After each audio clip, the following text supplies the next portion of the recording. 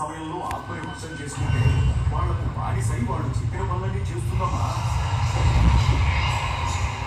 దీనికి ఆశపడి కార్మిక పర్సన్ చేసుకోవాలనుకున్న వాళ్ళందరూ చనిపోయారు. గొప్ప మండల మధ్య కూడా రావట్లేదేంటి?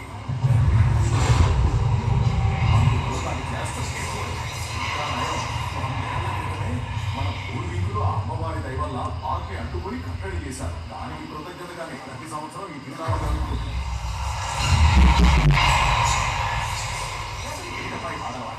చేపని చేతో పట్టుకొని అవతల పడేయడానికి